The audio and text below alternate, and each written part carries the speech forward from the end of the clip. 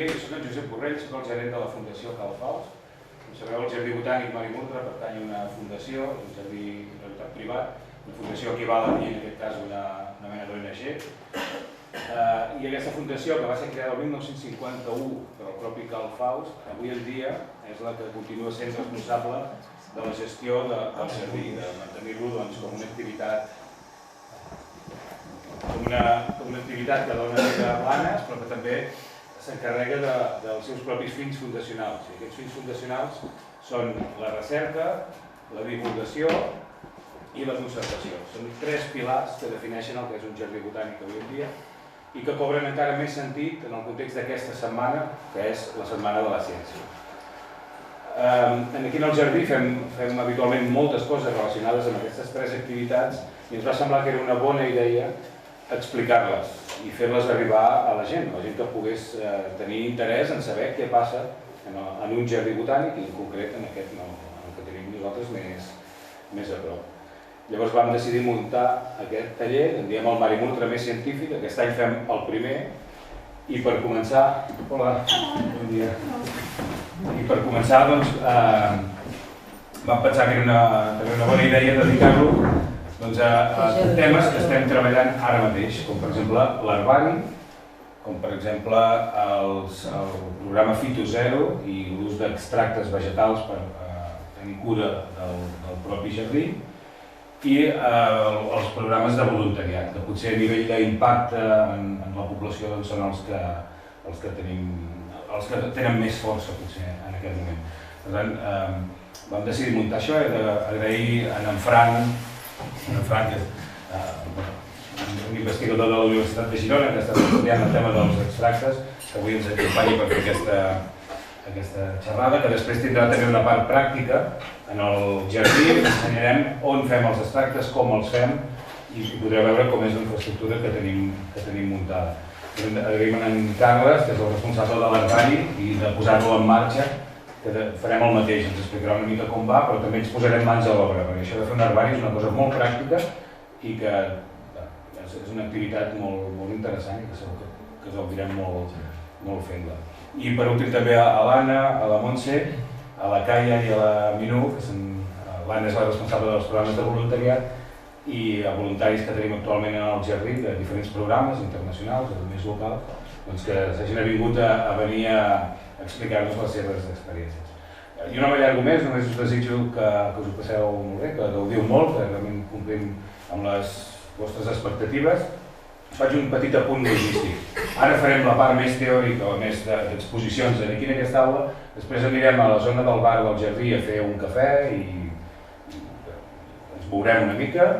Després de la part del cafè, de la pausa de cafè, farem el taller d'herbari, visitarem la zona d'extractes i els que us vulgueu quedar a visitar el jardí us passarem un QR on us podeu descarregar el mapa i el fulletó i us podeu quedar a passar el dia si voleu, sou benvinguts i per part nostra molt agraïts. I per acabar, un altre petit apunt logístic, veieu que aquestes xerrades les estem gravant, llavors les podreu veure també a YouTube i les diferents xarxes. Si algú això l'incomoda d'alguna manera, doncs sisplau no us poseu davant de la càmera i amb això serà suficient. Doncs res, moltes gràcies a tots.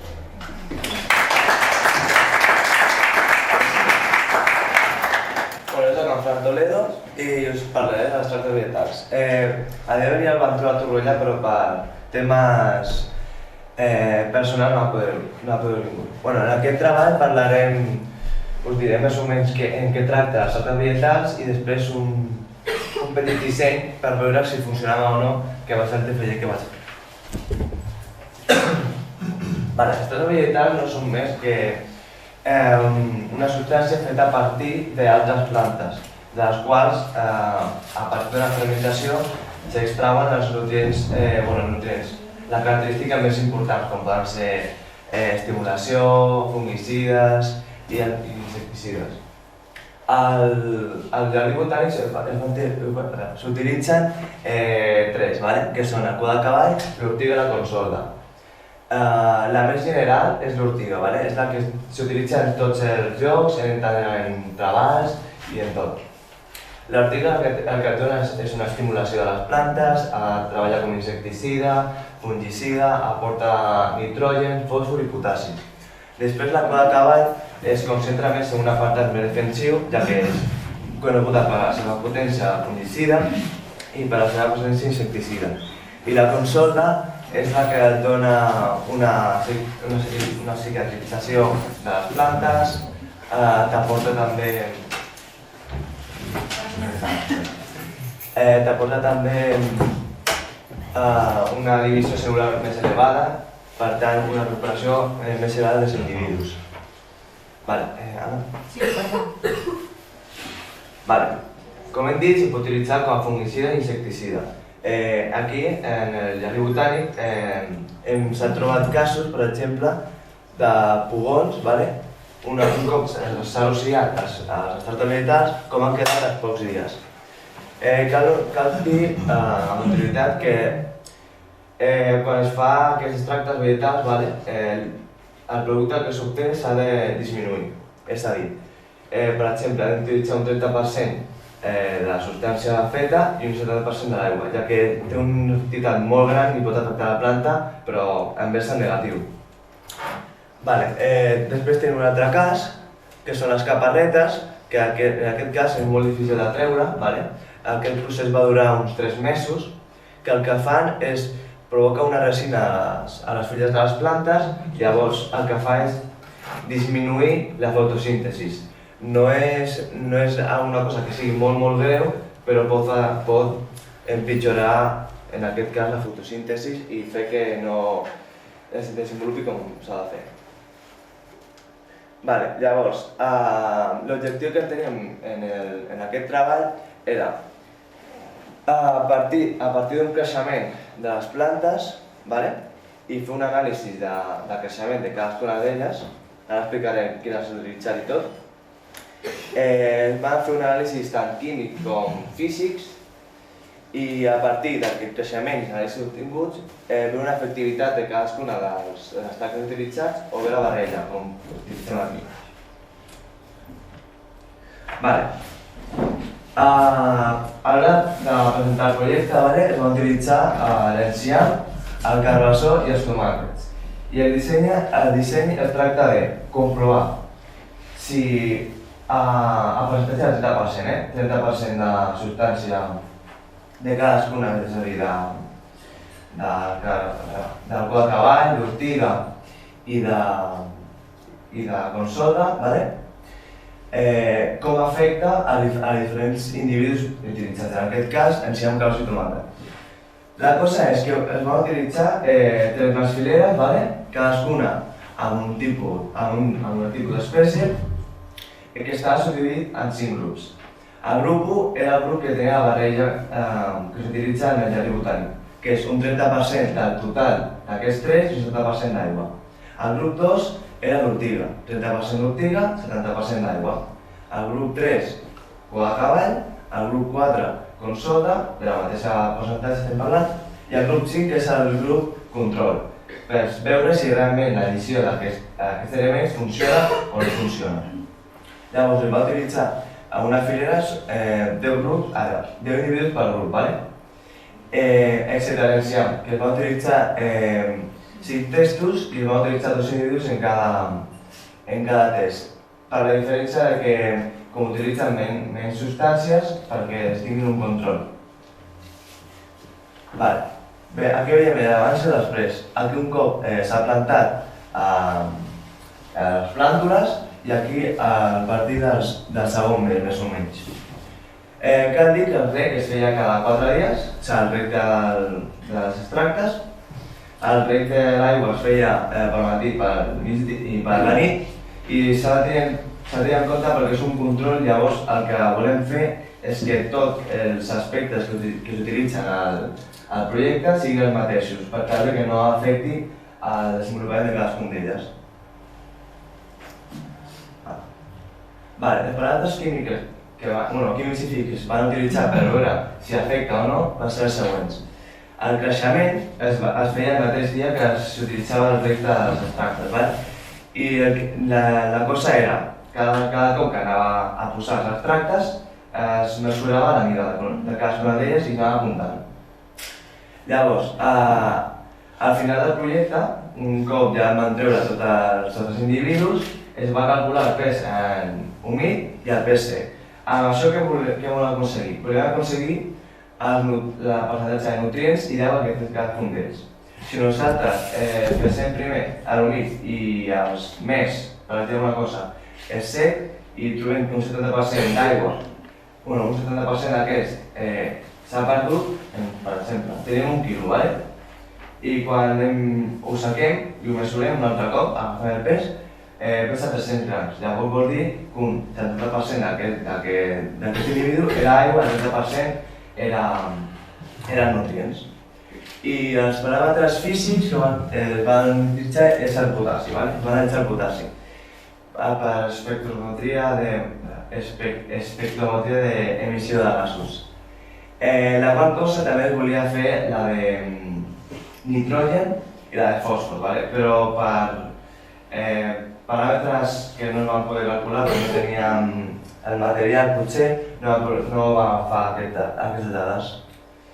Es va utilitzar un kit d'agricultura, però no era tan específic com per posar-lo en el treball i vam decidir treure'l. Els resultats. Quan parlem d'energia, com veiem, els extractes virs i el d'ortiga, i ho veurem durant tots els resultats, són els que més afecten. Llavors, aquí si ens fixem, veiem que l'absorció del potassi, en aquest cas, es concentra més al mixta.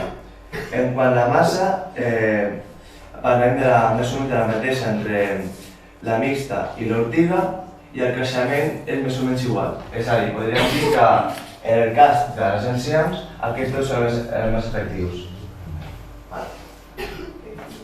En com al tomàquet, aquí trobem una dada que ens va sorprendre molt perquè normalment, com hem dit, l'ortiga és el que afecta més en aquest procés de creixement, d'absorció i tal, per un article que hem anat visualitzant, però en aquest cas és la poda de cavall la que permet més l'absorció de potassi. Això ens podria dir que utilitzant X extracte amb un tipus d'espècie podria fer que absorbeix o no un tipus de paràmetre.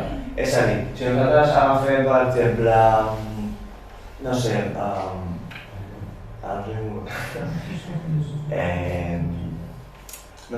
l'art mateix, i utilitzem un extracte que no sigui d'aquest, que sigui de l'art mateix, de l'art també s'obté un extracte, i si utilitzés l'all, potser la substància que absorbiria més seria el fòsfor. En aquest àmbit té molta informació perquè és un treball molt nou i llavors em fa falta d'investigació. Però el que anava. En tomàquet també ens fixem que en percentatge d'aigua, com he dit anteriorment, tots estan molt igualats. La massa es centra en el mixt un altre cop i és un altre cop la mateixa idea que hem tingut abans. Mixta i ortiga són els que faciliten el creixement, l'absorció de potassi i la massa. I per últim el carbassó. El carbassó és el que menys semblances, diferències hem trobat, tant l'absorció com el pes i com el percentatge d'aigua eren tots iguals. Però aquí la diferència que hem trobat és a l'hora de calcular el fruit. Un cop s'han obtingut els fruits, vam calcular el pes de tots ells per veure qui produïa més fruits o qui produïa més quantitat de quilos de fruits. I l'ortiga ja sabem que era el que ha donat més força, però s'ha sorprès molt que és la poda de cavall la que també ha tingut un pes major dels carbassols. Cosa que vol dir que, a més de tots les propietats que hem dit anteriorment que té la consola, una d'elles també seria la moderació dels fruits.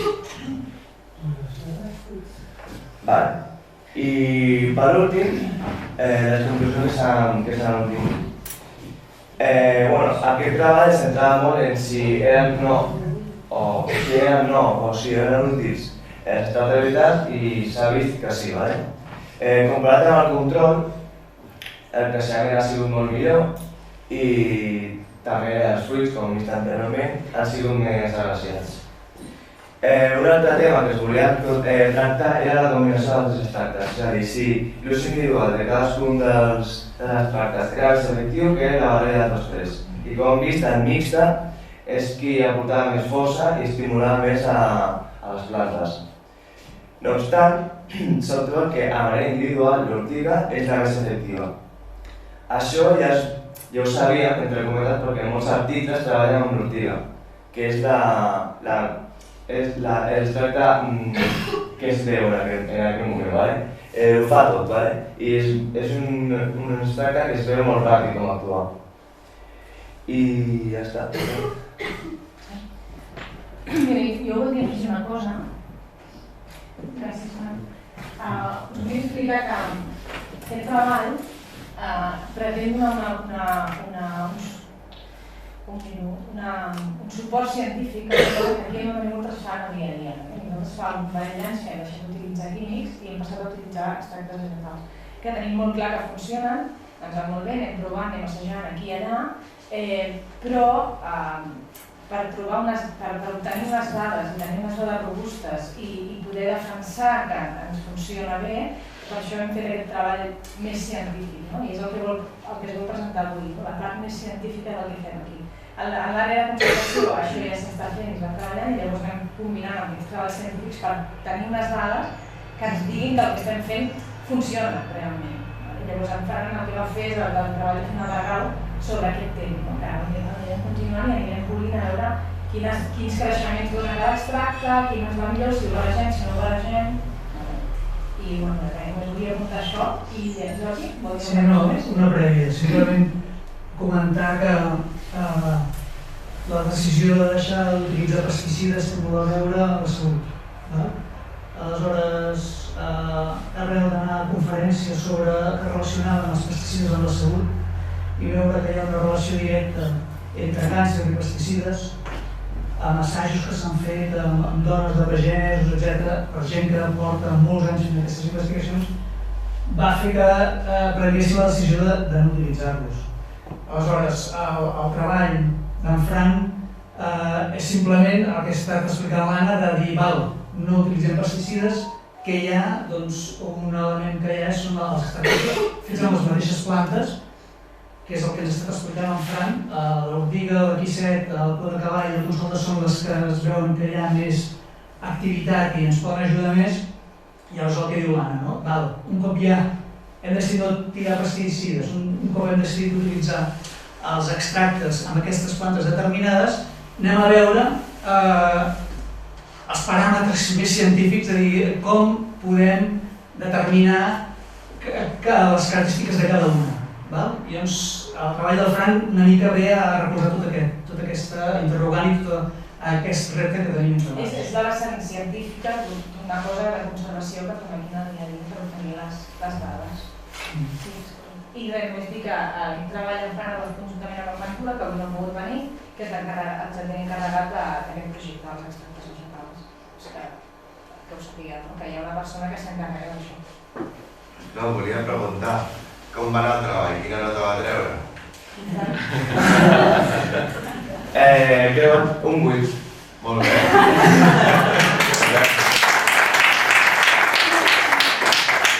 No, però jo crec que aquest treball podem fer una mica més àmplia, una mica més currat, diguem, entre cometes, perquè, de fet ara una noia proseguirà amb el que té de llei, saps? Però la que farà ja és centrar-se només en malalties i enfermedats, per exemple, els bubons i tot això, saps com actua de manera diferent. I crec que és un àmbit que que hauria de tenir en UTFG, però per temps o per X motius no ho vas poder fer, però sí que tenia en ment fer-ho. És un primer estudi, no hi ha gaires dades d'aquest tema, llavors no hi ha una cosa bona i una cosa dolenta. La cosa dolenta és que no podem obtenir protocols provats que sabem que funcionin, i la bona és que podem descobrir coses noves, que és una cosa que en la ciència és complicat.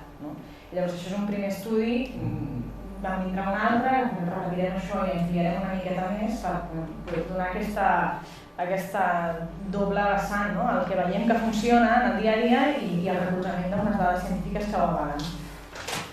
Però jo crec que és un treball que agafarà força envers el futur, perquè en molts articles que he llegit es desenvolupa molt en una aquella tècnica de fer això, a països que estan una mica no tan desenvolupats com Europa, que sí que utilitza pesticides a nivells molt bèsties. Per exemple, Argentina, Colòmbia i països així utilitzen aquestes tècniques, que a veure, que les tractabilitats són tècniques que utilitzem fa moltíssims anys, però no interessa perquè no donen tant diners com els pesticides. Llavors és com una arma de doble fil, diguem, perquè és una cosa que sí que a nosaltres ens va molt bé, perquè realment no és molt car, això, i realment s'està demostrant que afecta i que va molt bé per l'estimulació, insecticides, fungicides. Potser sí que cal treballar una mica més per trobar enfermetats que no han pogut encara combatre, però que si s'investiguen se tindran segur, però segur. Cal que clar. És el que vaig pensar jo un cop vaig acabar el treball. Potser a nivell agrònom, a gran escala, un país no es pot permetre fer aquest projecte al seu cultiu, perquè clar, estem parlant que estan menjant moltes boques d'aquí. Llavors jo crec que és molt la por de canviar el xip que una altra cosa. I és la dada que jo tinc. I clar, la meva solució ha d'entrar per SUS. Claro, ha d'entrar per SUS, no per tant, perquè s'utilitzi, jo crec que ha d'entrar per SUS del govern i dir, vale, comencem així, donem, X hectàrea gran utilitzant això. Funciona? Sí. No funciona? Vale, ho canviem. Però ha de moure's més cap a l'edat, ho crec. Bueno, això és l'opinió. Sí, molt bé. Teniu alguna pregunta sobre extractes? Això està en internet? És una pàgina, això? No, això és la meva presentació, com és una. Vols dir l'anterior o aquesta? No, aquesta, l'anterior no és. Bueno, ho podem penjar, sí, no hi ha problema. Gràcies. No teniu dubtes d'això, Vale, doncs jo soc l'Anna, us parlaré del voluntariat de Marimón. Jo soc la responsable de divulgació científica i de voluntariat aquí al jardí. I, primer de tot, volia compartir amb vosaltres que estic molt contenta perquè és un privilegi poder dur a terme projectes aquí per l'entorn que tenim i per les característiques del jardí, que ens permet fer una sèrie de tasques molt diferents en molts àmbits. Llavors, no m'entretindré molt en què vol dir ser voluntari, a més, entenc que tothom més o menys coneix què vol dir voluntari, que és una persona que ve a fer unes accions d'una manera altruista que li motiven i que donen un benefici a la comunitat. Així que us explicaré una mica el que fem aquí. Són uns projectes molt nous, tenen molt poc recorregut, però estem tenint molt bones sensacions i creiem que pot tirar endavant. Jo he posat aquest dibuix amb l'internacional i el local per explicar-vos una mica com concebem el voluntariat aquí. El jardí, per les seves característiques, és a la vegada local i a la vegada internacional. Trobem un equip de treball que és d'aquí, però rebem visitants de tot arreu. I això ho vull lligar amb el fet de rebre voluntaris internacionals i locals. Per un local, fer un voluntariat en un lloc on hi ha visitants de molts llocs i a sobre també tenim voluntaris internacionals, et dona una experiència més internacional, ja és que és una mica enrevessat, però més internacional en un ambient local.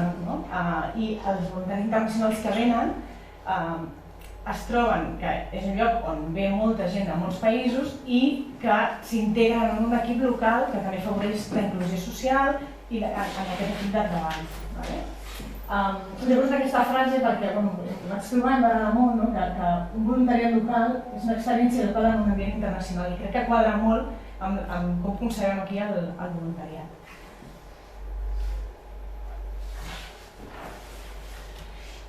Entenc que la major part de gent que esteu aquí podríeu estar interessats en algun moment en el voluntariat local, perquè entenc que estem aquí, que som d'aquí prou, no?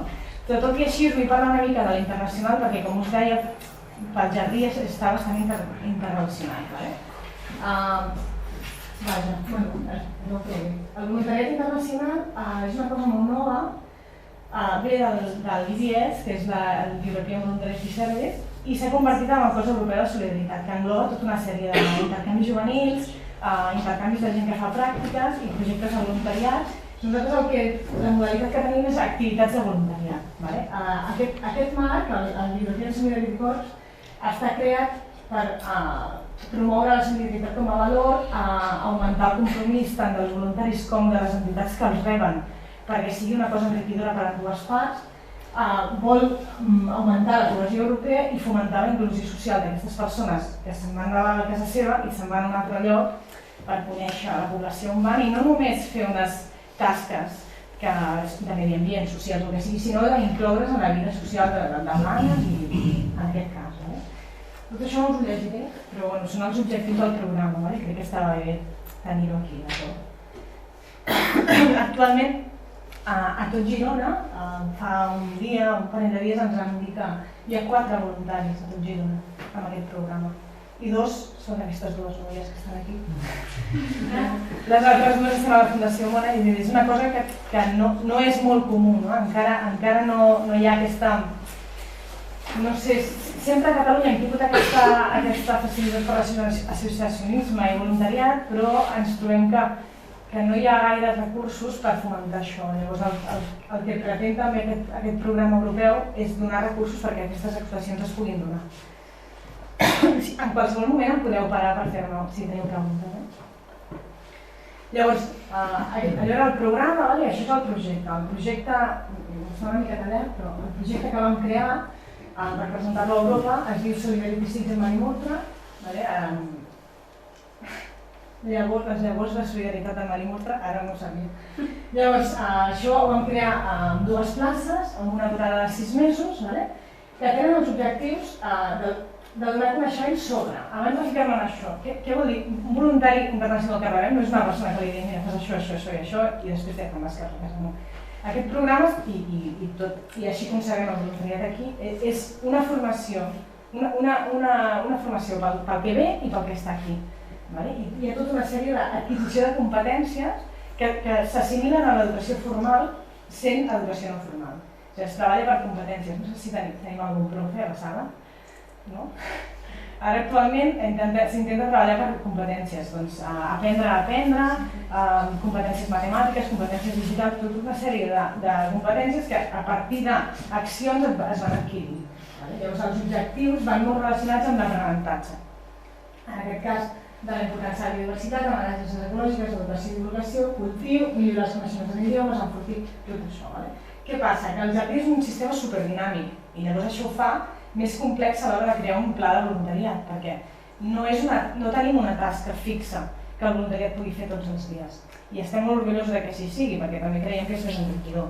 Per exemple, no ens posarem a fer enquestes als visitants al desembre, perquè pràcticament no hi ha gaire gent, però haurem de fer una altra cosa, això ho haurem de fer un altre mes. Em refereixo que ens hem d'anar adaptant a les coses que es poden i no es poden fer depenent dels àmbits. Llavors el que hem fet és dividir totes les activitats que fan les internacionals en aquests 4 blocs, que és la conservació sostenible, la divulgació i l'educació i la recerca del canvi climàtic. Hi ha un 4 bloc que és la formació, que a mesura que avança el voluntariat va derivant en l'explotació de resultats que implica anar als instituts de Blanes a explicar la seva experiència, perquè a la gent que acaba l'institut potser a l'any següent podrà fer un voluntariat i algú els vaig explicar de primera mà la seva experiència.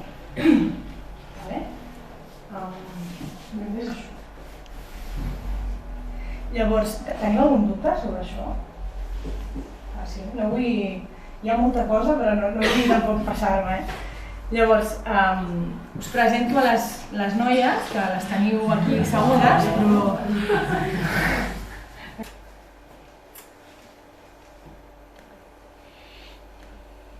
Hola, soy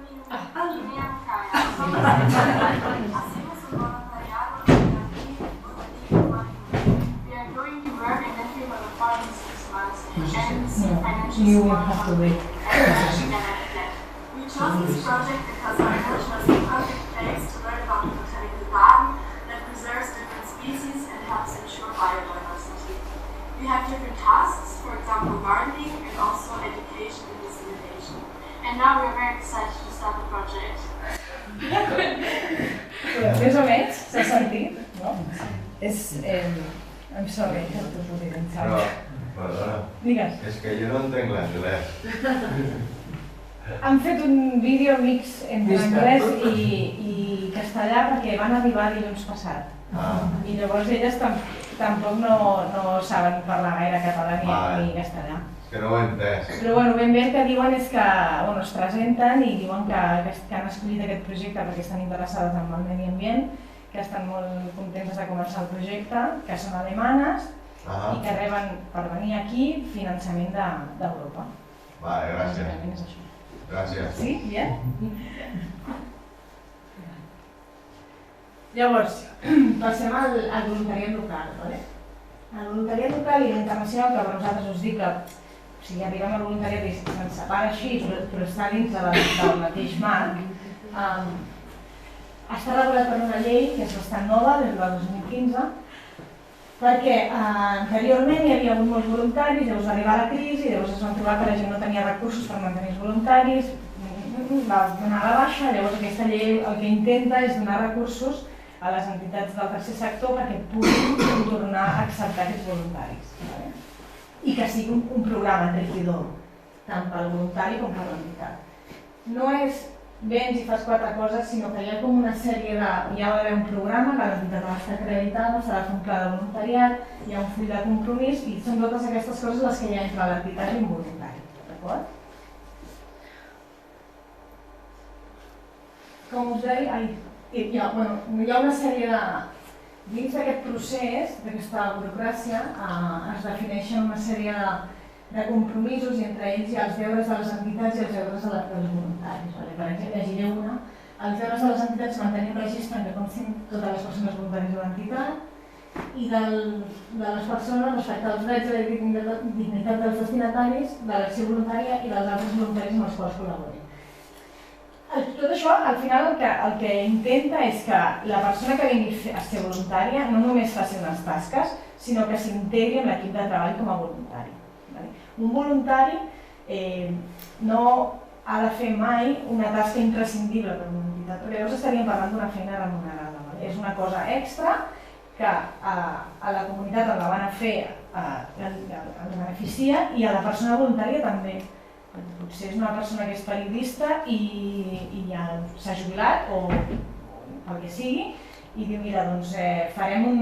A mi m'agrada molt escriure i a més, doncs si a tu t'agrada i a sobre ens podem beneficiar mútuament, tirem endavant. No és tan... M'enteneu el que vull dir? Sí. Després, llavors, les opcions de voluntariat local a Marimur. És molt gràfic, però crec que és una molt bona manera d'entendre-ho. Hi ha 2 opcions. Tenim les opcions de llarga durada i les accions puntuals. Una acció puntual comença i s'acaba en un mateix dia. Potser dura 2 dies, quan en un cap de setmana s'acaba. Acció puntual podria ser en Carles, que està treballant amb l'herbari i amb les llavors. Doncs ara és la superbona època per recol·lectar llavors d'X planta. Doncs fem una crida puntual de voluntariats, obrim 10 places perquè tal dia es faci una recol·lecció de llavors. Sempre va inclosa una formació del tema. No implica que per ser voluntari has de tenir uns coneixements previs, però sí que tinguis les ganes d'aprendre allò que vas a fer. I llavors això són diverses accions puntuals que això anirem... Hi haurà una base de dades en la que jo estic interessat en fer alguna cosa voluntària. Us arriba la informació, una podrà ser de plantes, l'altra de vídeos, l'altra... Ho rebeu, m'interessa, m'apunto, no m'interessa, no m'apunto. No s'ajusta a les meves motivacions, doncs res. L'opció de llarga durada. Totes les opcions impliquen un compromís, evidentment. Això és un compromís moral que dura molt poc. I això és un compromís alt que dura bastant, perquè implica asseure's amb cada voluntari o amb cada persona que vulgui ser voluntària, veure quines són les seves la seva motivació, què li agrada fer, quines necessitats té el jardí i trobar una manera tant d'horari com de tasques que s'ajusti amb aquestes dues parts, perquè sigui enriquidor per totes dues parts.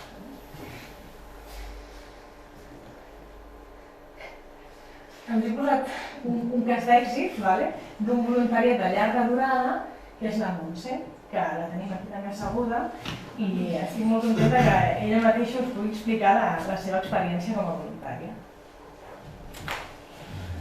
Bueno, jo us ho explicaré d'una manera molt ràpida. De fet, jo vaig venir a parada voluntària aquí d'una manera típica, perquè a mi em faltaven 2 mesos per jubilar-me i l'empresa on jo treballava es venia i em quedaven 2 mesos laborals. Llavors, per circumstàncies casuals, vaig contactar amb Mari Mutra i vaig preguntar-los, i com que ells tenen voluntaris que s'acullen a la llei de voluntariat que ha dit l'Anna, ens vàrem entendre i vaig venir aquí. Penseu que quan jo vaig arribar aquí, jo no sabia res de botànica, ara tampoc és que en sàpiga, però he pres moltíssim, m'ho he passat bé i realment quan es van acabar els 2 mesos circumstancials, que era un voluntari, m'he reenganxat, perquè la veritat és que m'he integrat en l'equip, m'han rebut molt bé tots, tant en l'equip de jardiners com tècnics, com tots, m'hi he sentit molt a gust. I llavors la meva tasca en què consisteix? A mi m'agrada la fotografia i el que estic fent és fer un recull d'espècies en les seves diferents èpoques. Ells tenen ja preseleccionades una sèrie d'espècies, per un costat hi ha els 50, vaig començar per les 50 espècies del futur museu que es vol fer aquí. I llavors faig les fotografies de la planta, de la ubicació, les diferents etapes, quan té la flor, quan té el fruit, i la meva tasca és aquesta, vull dir. M'ho he passat bé i la veritat és que és una gran experiència, aprenc molt, és un win-win perquè jo els estic aportant. Em sembla que en aquests moments porto com unes 1.500 fotografies fetes i editades i catalogades. Llavors tenim una base de dades on hi ha el nom científic, amb una numeració que és molt fàcil de localitzar la planta. I aquesta és la meva feina. I la veritat és que estic molt contenta de la meva tasca i de la bona acollida que he tingut per part de tothom. Aprofito per donar-los les gràcies a tots. Gràcies a tu.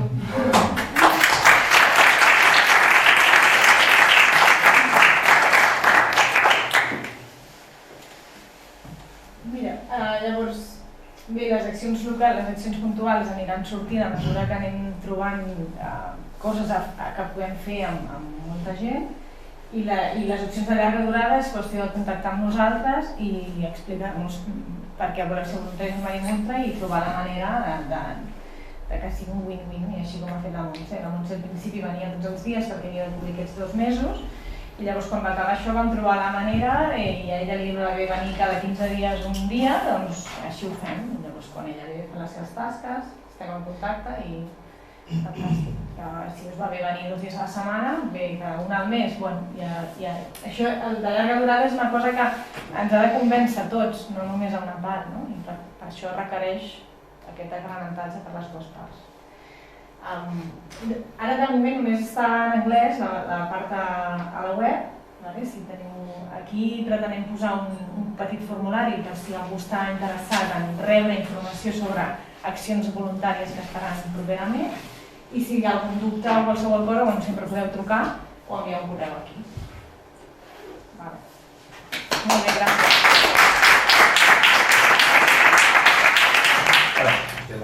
Bon dia, jo soc el Carles, soc el responsable de l'herbari aquí al Jardí Botànic Mari Mutra i aprofitant el dia d'avui us faig una pinzellada que és un herbari, com podeu fer un herbari vosaltres i després del descans ens posem mans a l'obra i entre tots us trobareu amb els problemes i els dubtes a l'hora de fer un herbari i marxareu tots els que vulgueu, com a mínim a un parell de plecs. No es veu del tot bé. L'herbari no és en si i no és res més que una col·lecció de plantes seca. Per definició, història de la botànica també engloba fongs, líquens, algues i molses. Així com un jardí botànic seria una col·lecció de planta viva fresca, l'herbari és seca, totes elles degudament classificades i degudament emmagatzemades, les quals tenen com a principal finalitat la recerca. De recerca n'hi ha 1000 tipus i no entraré en cap d'elles, però una de les bàsiques seria tenir una biblioteca d'espècies. Si jo tinc dubtes de si la meva espècie és aquesta o aquella, tinc llocs de referència com són els herbaris on puc anar, fer la consulta i llavors classificar degudament els plecs. Segonament, gràcies a internet i gràcies a les noves tecnologies, tots els museus i tots els herbaris i tots els centres de recerca tenen les seves espècies ben catalogades i volcades a bases de dades globals. En el nostre cas, com a més important, tindríem el Banc de Dades de Biodiversitat, en el qual engloba únicament espècies citades a Catalunya, i a nivell global tindríem GBIF. GBIF és una plataforma mundial amb un node a Espanya, a la península Ibèrica, i la banda que pertany a Catalunya es nodreix del Banc de Dades. Per tant, dins de GBIF trobaríem exactament el mateix que en el Banc de Dades. Això permet que a l'hora de fer estudis, consultes o mapes d'una sola espècie, de la seva distribució o de com ha variat al llarg del temps, tenim tota la informació agrupada i tu pots descarregar, perquè ens entenguem, amb un Excel. I això ens dona molta facilitat i un gran volum de dades. L'herbari del Jardí Botànic Marimurtra, us avanço ja que és un herbari que fa uns anys que no es tocava gaire, llavors ara comencem un altre cop la tasca de presa d'activitats. Té aproximadament 12.000 plecs, una miqueta més per això, i els autors principals que destaquen serien Carl Faust i Foneker. Faust va ser el fundador del jardí i Foneker, pels que no el conegueu, és un dels botànics més grans que hem tingut aquí a casa nostra. I les localitats es centren sobretot a la península Ibèrica. De Faust destaquen la majoria dels seus plecs són del propi jardí i de Foneker en la seva publicació de la flora de la selva de la comarca. Tot i així hi ha altres autors i hi ha altres localitats, però aquestes serien les principals. Línies de treball i objectius principals. Primer, i molt important, informatització. No només per llei, sinó per la necessitat de volcar i poder tractar amb aquestes dades. Informatització d'aquests 12.000 plecs, més els que aniran venint. Segon, la majoria dels plecs estan bastant ben conservats i estan molt ben datats. N'he portat 3 que, si voleu, després els veiem així com a curiositat. I la restauració, aquells que es troben en unes condicions no òptimes per evitar la seva degradació i, per tant, la seva pèrdua. No només a nivell científic, sinó també a nivell de patrimoni. I, com a últim, iniciar un herbari propi del jardí. Amb això la Caia i la Misó ens estan ajudant també i són els primers passos de represa d'activitat d'aquest herbari. Amb això ja estic. Però com fem un herbari, els que estigueu interessats i interessades? Primer de tot, la recol·lecció i la presa de dades in situ.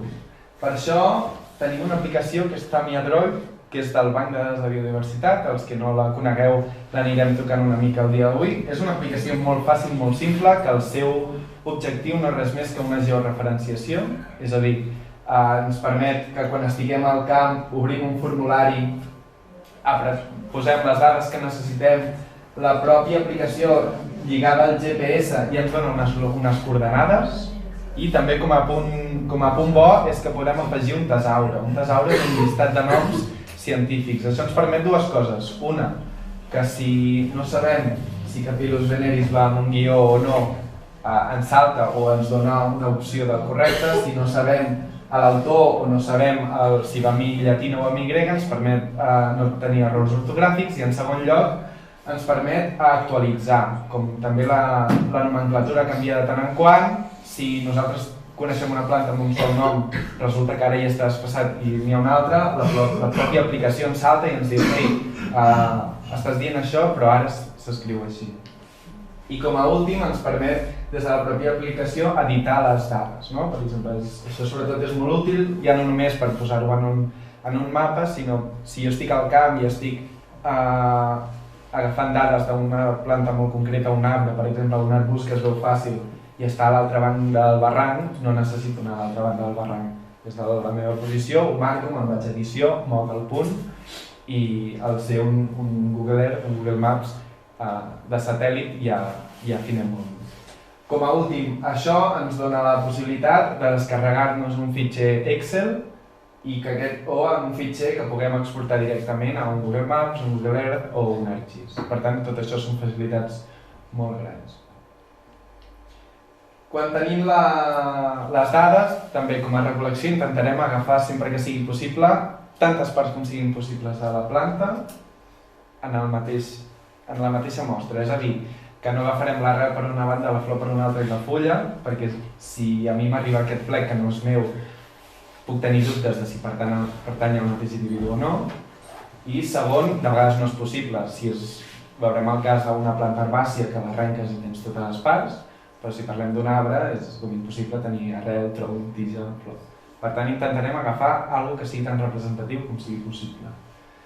Quan tinguem això, el premsat que es fa servir des de sempre és un premsat a base de pressió i l'objectiu és treure tota l'aigua de la mostra de tal manera que ens quedi seca, deshidratada.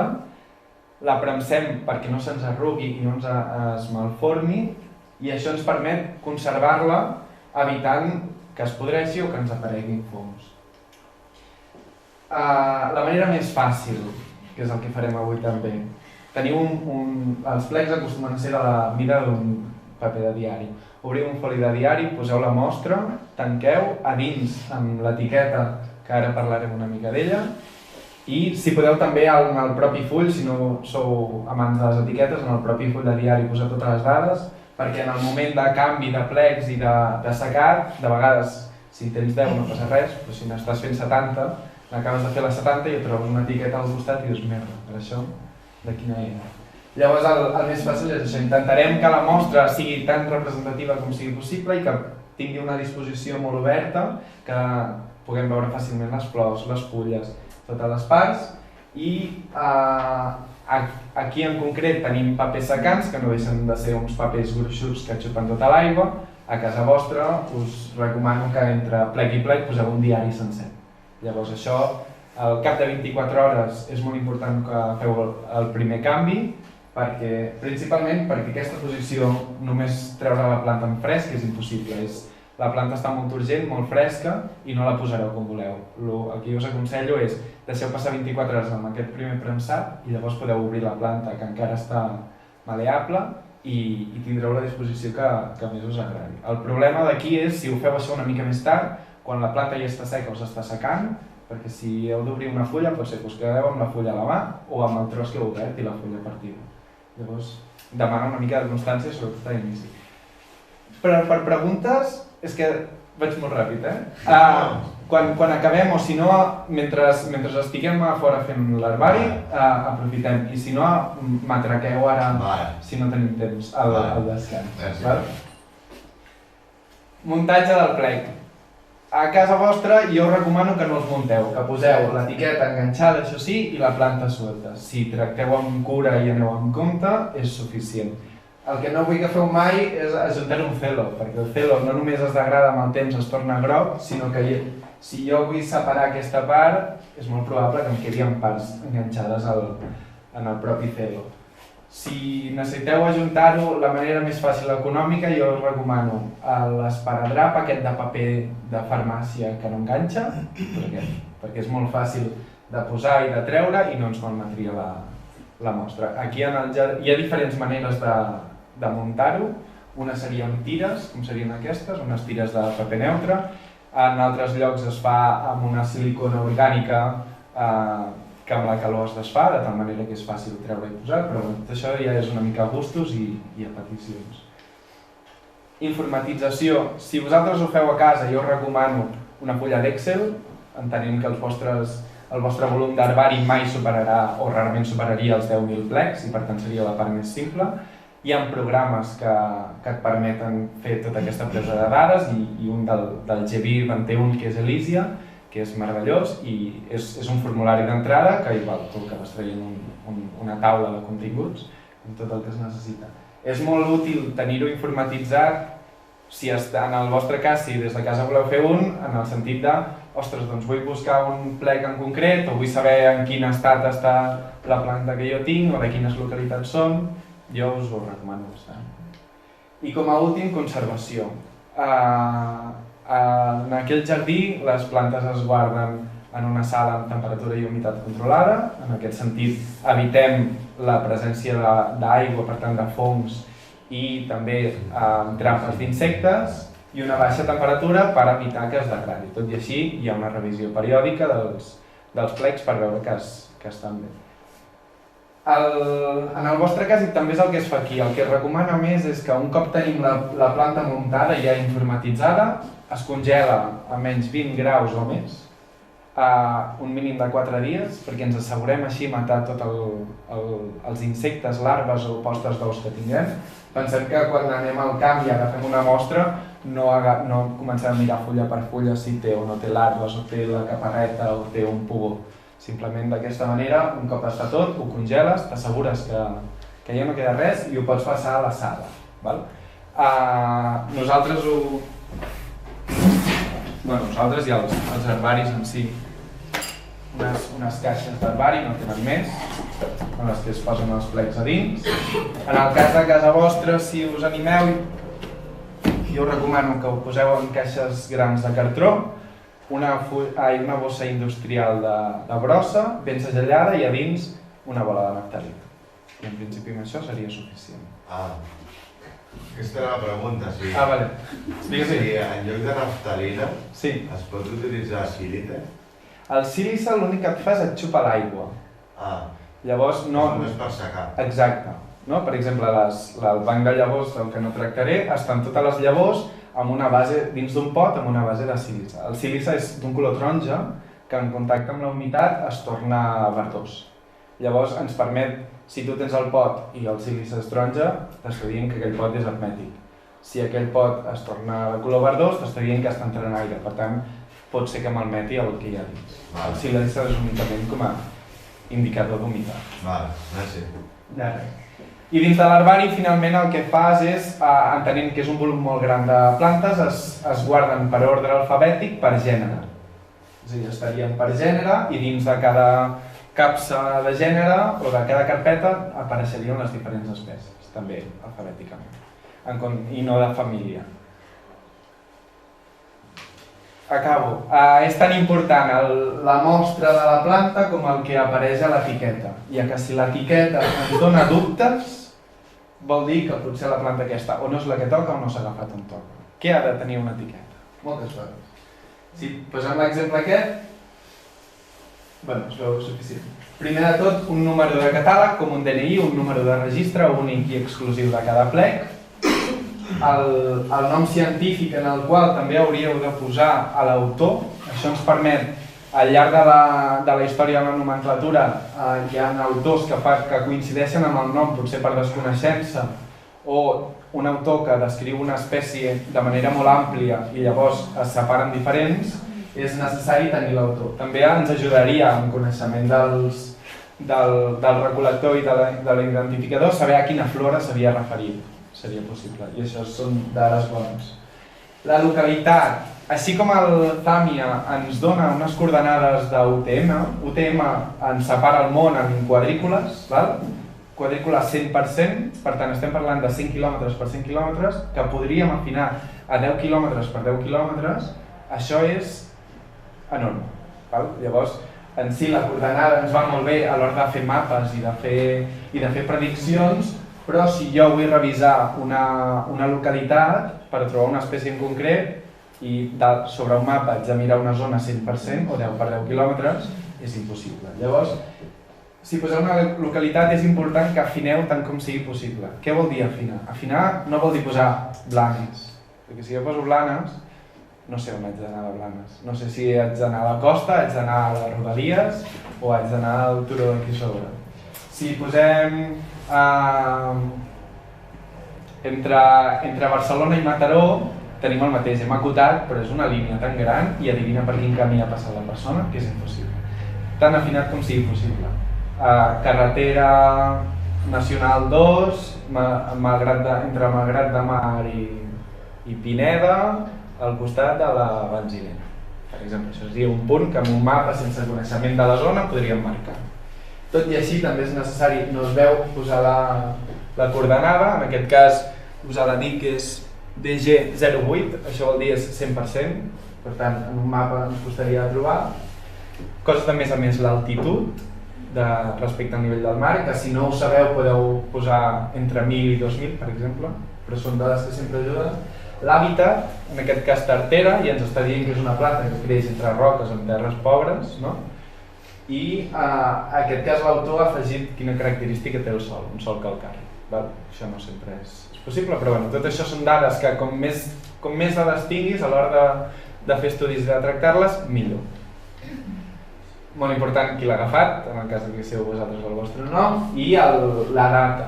La data no és tan important com a dia, sinó com a mes i com a any. Perquè, per exemple, ara últimament s'han fet molts articles sobre com ha evolucionat la floració d'una mateixa planta en una mateixa localitat. I de tal manera, si tu tens un registre històric de 100 anys, pots dir, vale, fa 100 anys aquesta planta floria al març, per exemple, i ara a l'abril ja comença a florir. Quan tens dades que anteriorment a l'abril o amb sort estava en fruit o ni hi era. I en principi això ja està. Ara, després del descans, farem un parell de plecs per cadascun de vosaltres. He comptat que són 20, que es faran 20 plecs. Entendreu que és impossible desforestar el Marimurtra perquè tots us endugueu un herbari sencer. Per tant, el que sí que farem és tots us endureu un plec de murtra com a icònic del jardí i després hem seleccionat 4 espècies diferents, de les quals agafarem 5 plecs de cada i són espècies que tenen algunes característiques interessants per veure a l'hora de premsar. Quan ens posem al final de tot i fem tots la premsada,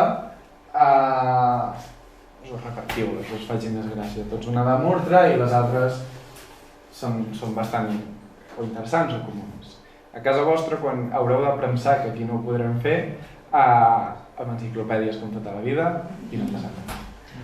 I ja està.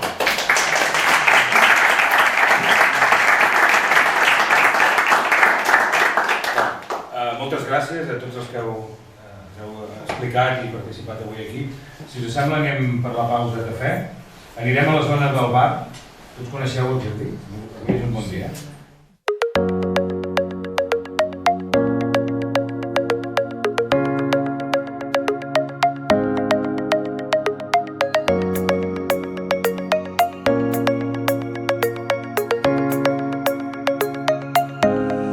Està molt al tanto de cada dia anar canviant els papers i seria això. I llavors això amb el congelador es mataria els fongs o no? Sí, que per una banda que sigui fàcil per tu de portar, i hermètica, econòmic, perquè tampoc ens anirem a gastar gas. Sí, aquestes típiques capses de plàstic. Sí, això pots fer, quan l'obris et vindrà una bafara de naftalina que serà maca també, però en principi sí. Per exemple, els insectes que es guarden en caixes són hermètiques o semihermètiques.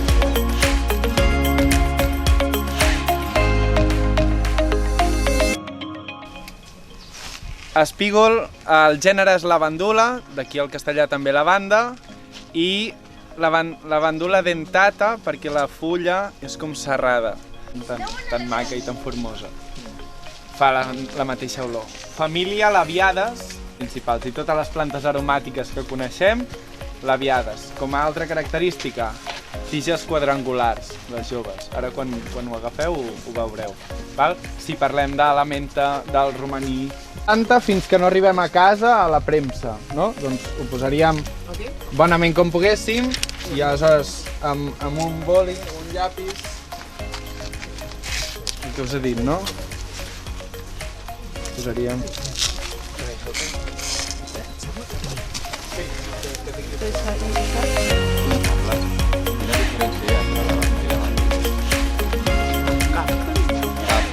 Persones. Lavanda. Que li diuen lavandí. Quan anem a nom...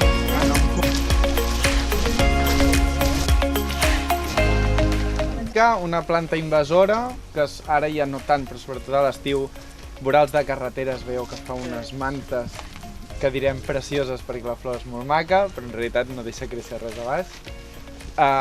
On sí, més o menys aprofito. La dent de lleó és el gènere Taraxacum, però si teniu una mica en ment, la fulla és més punxeguda i més entrant. Si teniu vista, l'aixequeu i aquí hi ha com un palet que surt.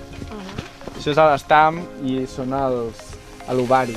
Les dents de lleó que fan aquestes boles, cada llavor prové d'una sola.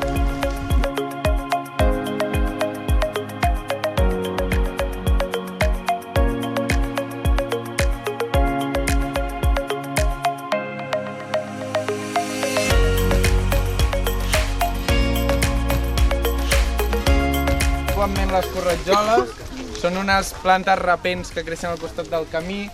La flor és així, però molt més petita, color blanc en general, una mica rosades.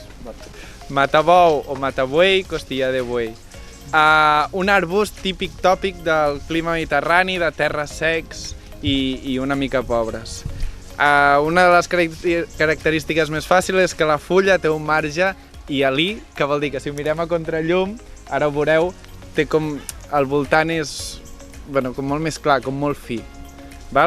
Família umbel·líferes, apiàcies, que es caracteritza perquè fan un grup de flors, generalment blanques, totes elles juntes i petites. Seria l'exemple del pixallits o de la pastanaga, si teniu hort, o un grup molt, del julivert, un grup molt fàcil de reconèixer. Del gènere Apium. Sí. No. Fes-les de darrere, si pot.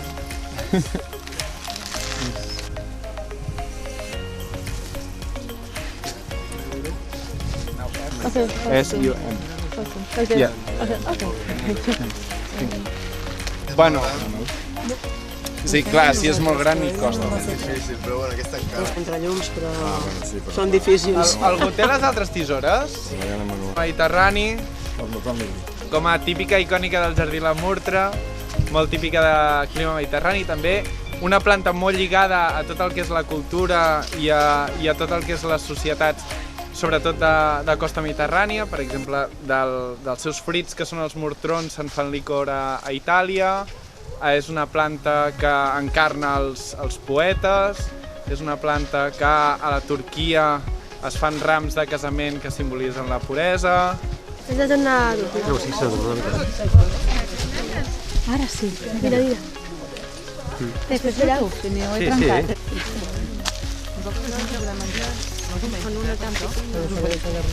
No, ens podem menjar, però no és gustós. Anem a premsar.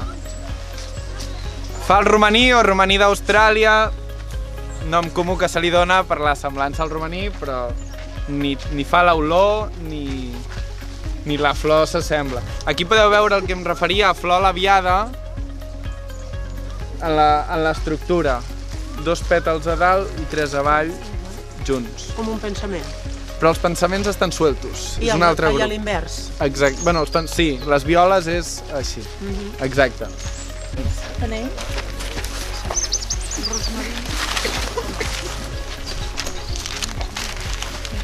Com a curiositat, no? El nom del romaní és Westringia longifolia.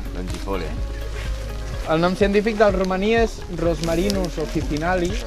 Hi ha moltes plantes que el gènere és Officinalis o Officinale, que vol dir que es venien a les oficines dels apotecaris. Perquè, si us poseu una mica, hi ha noms que repeteixen. Dels hipotecaris? Rosmarí? Dels hipotecaris? Apotecaris, els antics farmacèutics. Apotecaris. Totes les del gènere, doncs és la que diries... Aquesta té la fulla més gran que la...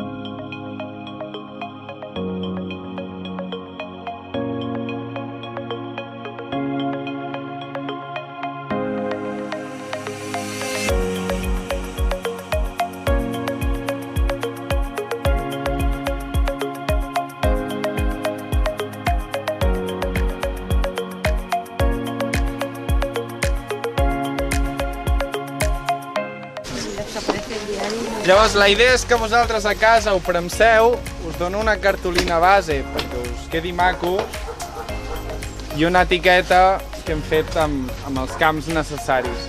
Hi ha més camps dels que omplirem avui, és per si us animeu a començar un herbari que sapigueu per on tirar.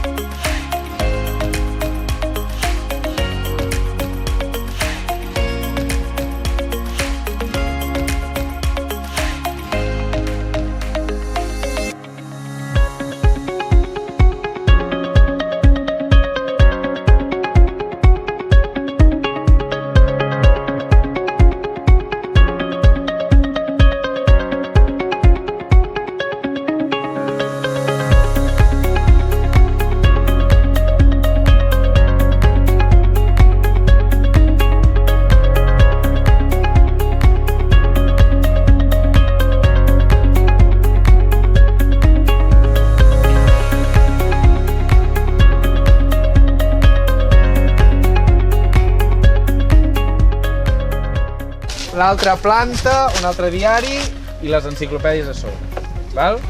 En aquest cas, doncs, si tenim premsa, premsa. Ho premsem.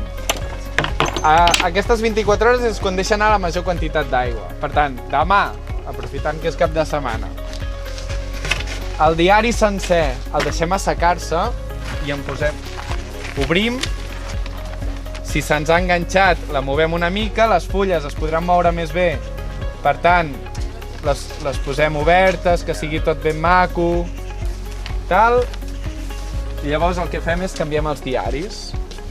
Els diaris antics, humits, els deixem assecar, posem un diari nou i el mateix, ho premsem.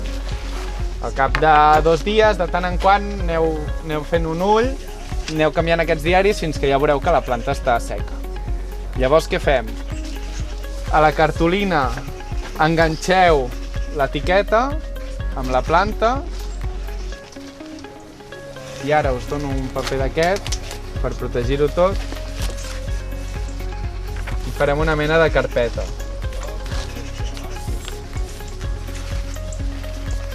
Amb la cartolina, l'etiqueta i la planta ho guardeu així i ja teniu el primer plec i el segon. I ja està. Després ja vindran les No hi ha nostres. més. A mi m'ha fet gràcia. 10.000, llavors, quan ja no us ho deixen tenir a casa, ho porteu aquí.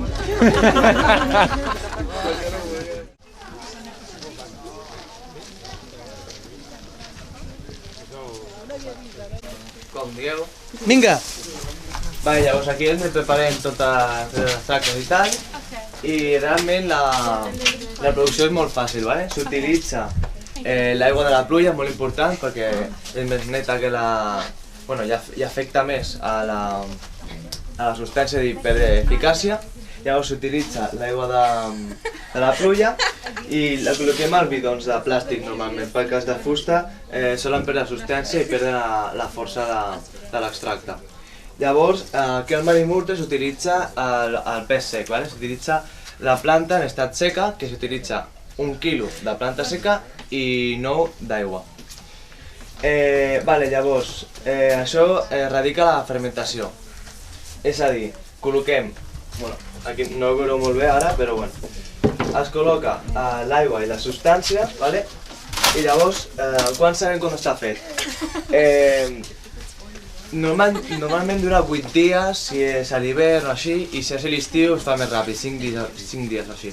Llavors, nosaltres sabem quan està feta, perquè quan comença la fermentació comencen a sortir pompolles del fons.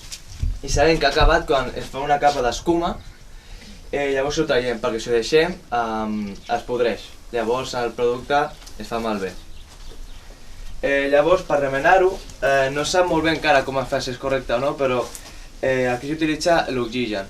Hi ha articles que diuen que no és bo fer-ho amb oxigen i altres que diuen que sí, però encara s'ha d'estudiar bé.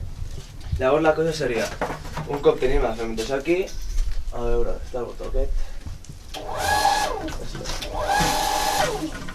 A veure. Què seria, com un difusor? No, d'aire. Entras a oxígeno. Ostres. Bueno, ara m'han canviat això, però bueno. Claro, y lo mueves. Bueno, però farà ampolles, llavors això s'ha de remenar cada dia, perquè l'aigua vagi agafant totes les substàncies possibles. Si ho fem a casa necessitem un... o podem remenar... Una remenar manualment. Això és, per ser més... Exacte. Però realment el funcionament és molt fàcil. Cada dia tu remenes i ho deixes tapat i ja està. En un lloc fred, perquè si està a més de 25 graus afecta les enzimes i perd qualitat. Que no toqui el sol, no? Clar. Si passa a 25 graus, diguem que no perd funció. Quants dies has dit que s'ha de ser? 9 dies? Depèn. Si fa molta calor, en 5 dies ja està fet. I si és l'hivern, 9 o 10 dies. Però ja ho veus. Una escuma... És que ara l'han posat nou i no es veu, però quan passen 5-6 dies passa una escuma que és molt bé, la veritat. I llavors retires l'escuma i te quedes al caldo. L'escuma no passa res. Ho remenes tot. Clar, un cop tu tens aquí... aquí utilitzen bosses, però si tu ho fas trossets i ho col·loques, ho filtres i te quedes amb la substància, ja està. I què has dit abans que havien de fer perquè si no es fa malbé és filtrar-lo? Secar-lo. Bueno, és que depèn. Treure-ho d'on? És a dir, representa que això és com una mena d'infusió. Clar, és una infusió... Ho treus al líquid. Llavors filtrem el líquid. Clar. Llavors nosaltres ho col·loquem a ampolles de 5 litres perquè la quantitat que utilitzes no pot ser 100% pura. Ha de tenir un percentatge d'aigua, depenent del que busquem. Per exemple, aquí el que s'utilitza és un 10% de cadascuna de les espècies i 70% d'aigua. O sigui, el 10%. De cadascuna, sí. En total 30, no? En total 30. Però clar, depèn del que busquem aquí, perquè el que busquen és una mica més que tingui estimulació, que tingui insecticides, que no tingui pesticides. I això què són, ortigues? És ortiga, cua de cavall i consolda. Tot barrejat? Tot barrejat. Cua de cavall i? Consolda i ortiga, que són les tres que van millor. Però clar, depenent del que busquem, podem utilitzar només una o així. Ja això és... En la mateixa proporció, les tres? El 10% cadascuna, sí. No, vull dir... 10% d'una, 10% de l'altra, 10% de l'altra. Sí. Llavors serien... Un 30% de les extractes en total. Vale, ja t'entenc. Clar, ja després hi ha moltes variacions, hi ha gent que ha provat en 30% de cadascun, ja és fer pràctica. Hi ha molts articles, per exemple, de l'ortiga, que parlen d'un 10%, d'un 20%, d'un 40% i un 100%, i el que dona més joc és el 50%. Però clar, estàs perdent altres substàncies que potser el 20% de consolda o de cua de cavall et dona més insecticida i són valors que no et donen un altre. Llavors la cosa està a buscar un lloc, una substància que sigui l'adient. Però clar, hi ha mil variants. I quan ja la tens, quantes vegades s'havia de ruixar a la planta? Depenent. A veure, aquí el meu projecte ho faig cada 4 dies.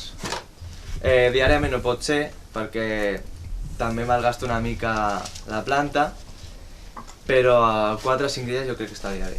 A menys que ella pres aquí. S'ha de ruixar o s'ha de tirar també amb l'aigua? Depèn. Perquè hi ha moltes maneres de ficar-ho. Per exemple, si tu busques una bioestimulació de la terra, ho poses a la terra. Si tu el que busques és insecticida, fungicida, ho poses a la planta directament.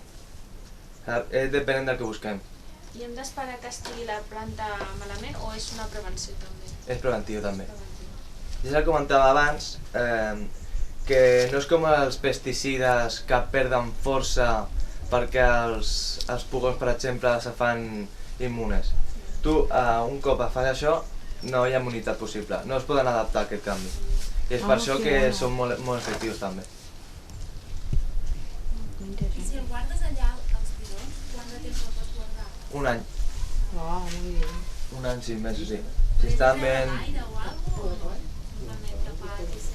Si no tenen oxigen, millor, evitar. ¿Y tienen que ser las 3 plantas? No, poden ser qualsevol. Bueno, sí, eso. Solo con una ya lo puedes hacer. Exacte. És el que deia, hi ha moltes variants. També es fa a mall, és que cada espècie té una característica. De fet, hi ha un llibre que et posa que hi ha com 40-50 i cadascuna amb la seva característica. Aquestes són les 3 perquè són les que tenen una mica de tot i el millor. Però hi ha un fungicida, hi ha de tot, la veritat. Jo quan vaig descobrir aquest món dic, mare meva. I això, o sigui, només és fungicida insecticida o també és abono? Bueno, això seria com a bioestimulant.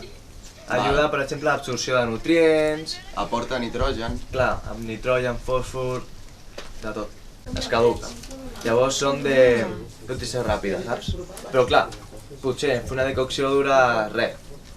I això ha d'esperar durant 6 dies. I maceració? També, maceració és una altra... També, no? I cultiveu vosaltres la cua de cavall i l'ortiga i tot, o...? Ara, si no entenc més, quina cultiveu vosaltres? No, és a dir, ara, en principi, això ens ho portaven. És a dir, excepte la cua de cavall, que l'agafàvem del jardí, la consol ara n'hem cultivat i per tant a partir d'ara l'agafarem nostra, i l'ortiga també ens ve de fora. El projecte d'aquest hivern és just aquí sobre, fer una platabanda amb tot el cultiu de les 3. De forma, és a dir, aquí hi ha una cosa molt interessant, que és fins ara depenem de les grans multinacionals. Imagineu-vos que tu ets autosuficient amb tot aquest tema. Doncs una mica la idea va per aquí, és a dir, que tu et puguis amb les mateixes plantes del jardí ser el teu propi metge de les teves pròpies malalties que tenen les teves plantes. Aquesta seria la idea. Val?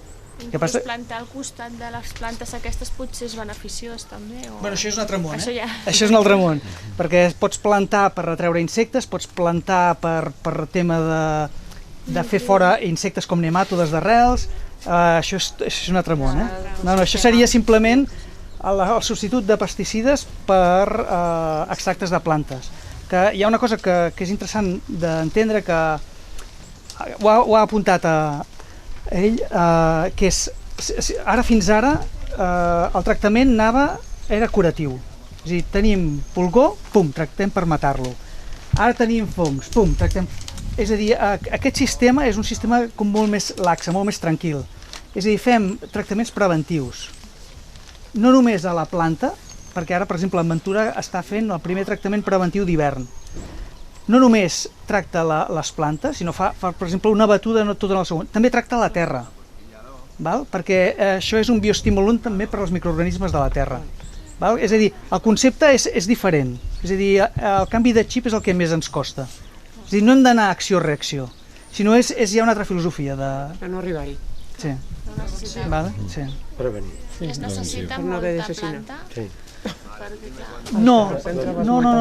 Ara no tinc al cap les quantitats, però et diria que no. És a dir, pràcticament amb la platabanda que volem fer aquí, amb el parterre aquest que volem fer aquí, jo crec que tindrem per autovestir-nos un any. És a dir, la idea és que tu siguis autosuficient, una mica. És a dir, també, abans s'ha comentat, per exemple, s'ha fet un altre assaig amb fruit d'heura.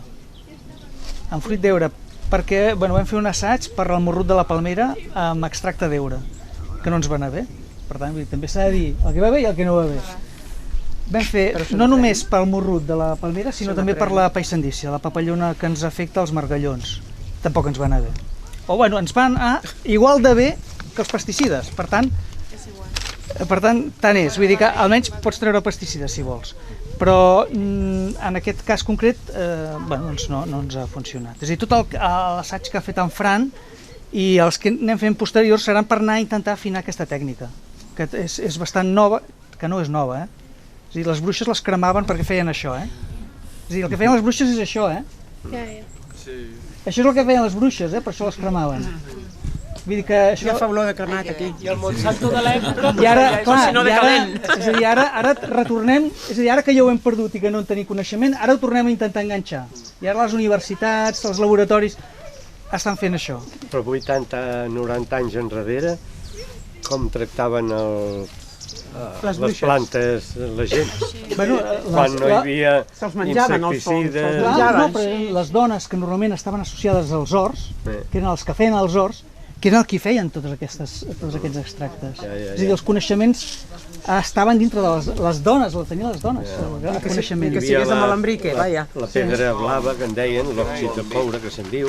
Sí, però això està posterior, no? Ja és posterior, la sofra. Sí, també. També és posterior, no? Sí. Això ja no són...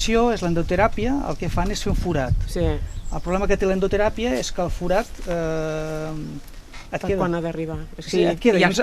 En el cas dels pins cicatritza amb la resina, però per exemple en el cas de les palmeres no cicatritza. No, amb els pins jo m'he donat més compte. El que passa que aeri, suposo que llavors haurien de fer el tancament perquè ell ja sona.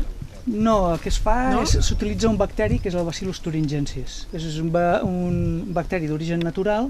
Que és com sulfatar, vaja. Sí, però no és químic. No és químic, no és d'origen químic, sinó és un bacteri natural. I aleshores el que fa és tractar les zones concretes que t'interessen. I a partir d'aquí afecta, aconseguíssim, a la part larvària del que és l'oruga. És a dir, que s'ho menja i per contacte es queda sense pèl i queden morts. Quan comença a caure és horrible. És un dels principals problemes, això de la processionària és molt difícil. És difícil, sí. Aviam, la cua de cavall és 2 Cs i al final de tot hi ha l'ortiga. Si ara vosaltres obriu i oloreu, és l'extracte, exacte, sí. I aleshores aquí és on tenim, ara quan comencem a fer els tractaments venim aquí i fem les barreges, etc. I la màquina aquella groga són les escorres de les burxes, no? No, aquesta màquina groga és per si... No, és quan ens ve la planta sencera. I aleshores es deixa secar i ens es tritura. I aleshores es posa en unes bosses tipus infusió a dintre de l'aigua, que és el que ara explica en Fran. I triturada se li treu molt més. Sí, és molt millor ser triturat. Més fàcil. Però s'ha de secar primer la planta. Sí. Nosaltres ho fem a Farigola, a casa ho fem en Farigola. Han de ser sempre plantes riques amb minerals com potassi i tot això, no? Depèn. Si ho vols com a bioestimulant, t'interessarà buscar cada element nutritiu de cada una, però si realment vols un cicatritzant, doncs agafaràs la consolda, per exemple. Per exemple, perquè té efectes cicatritzants. Per exemple, tu ara tens una pedregada i et rebenta tot el que és la planta, doncs si tu poses només de consolda, aquesta planta veuràs que recupera molt ràpidament. És a dir, cada planta té unes característiques determinades i en funció del que tu vols, una mica el que ha explicat el Fran, fas tu la teva barreja. Però com ha estat molt interessant els estudis d'en Fran, perquè ens han vingut a dir una cosa que intuïem els jardiners. Intuïem que la barreja dels 3 ens funcionava millor. I els estudis del Fran han anat han fet diana, absolutament. Sí. I aleshores, és a dir, sempre els millors resultats han estat amb la combinació dels 3. Sí. I l'ortiga també, no? L'ortiga, perquè l'ortiga era... La potència. Sí, aquí dona... Que realment la consolda i la cua de cavall crec que tenen més la part més cicatritzant, més curativa. Que per això si feu el projecte de les malalties, sortirà molt bé, la veritat, jo crec. Molta bona intuïció, els jardiners. Bravo! És el feina de cada dia, oi? Consolda. Me l'has d'apuntar. Avui a la Marimurtra Més Científica hem parlat dels programes de voluntariat que tenim a Marimurtra, el voluntariat internacional i el voluntariat local, i aquí tenim a la Montse, que és un cas d'èxit del voluntariat local, que ens explicarà exactament les tasques que fa el jardí. Bé, la meva tasca, a mi m'agrada molt la fotografia i consisteix en fer un recull de fotografies de les espècies principals del jardí i amb això fem una documentació com una base de dades amb el nom científic i així tenim un recull de totes les espècies interessants i que tenim de manera gràfica i fàcils de localitzar. Tothom pot ser voluntari a Marimurtra? A Marimurtra tenim 2 opcions de voluntariat, la internacional i la local, i dins de la local hi ha 2 opcions més, que és la de llarga durada i la de curta durada. Les de llarga durada són projectes que tenen més continuïtat durant tot l'any i hi ha diferents accions, i les accions puntuals passen en un dia concret. per fer una acció puntual al jardí, ja sigui extracció de flora o recol·lecció de dades.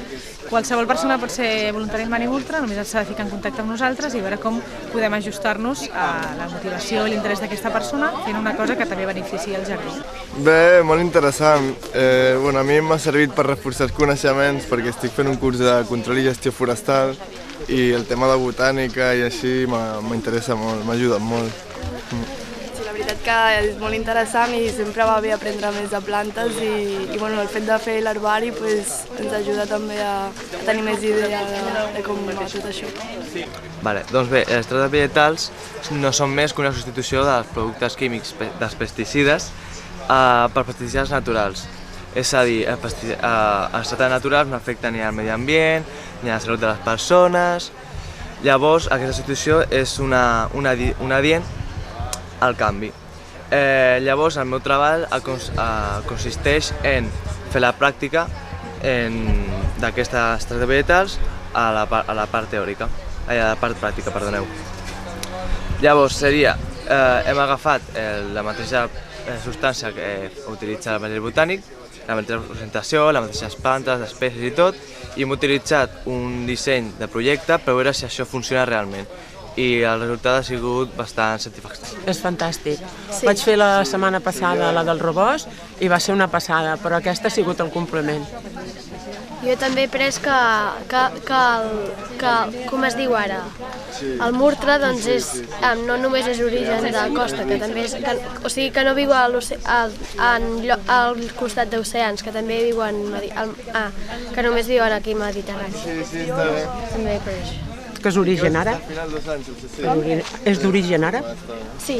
I o sigui, aquí ens el van deixar, el cultiven moltíssim al sud, per exemple, els arbres a Granada i així, els monestirs, els parcs, els grans palaus, i fa una aroma fantàstica.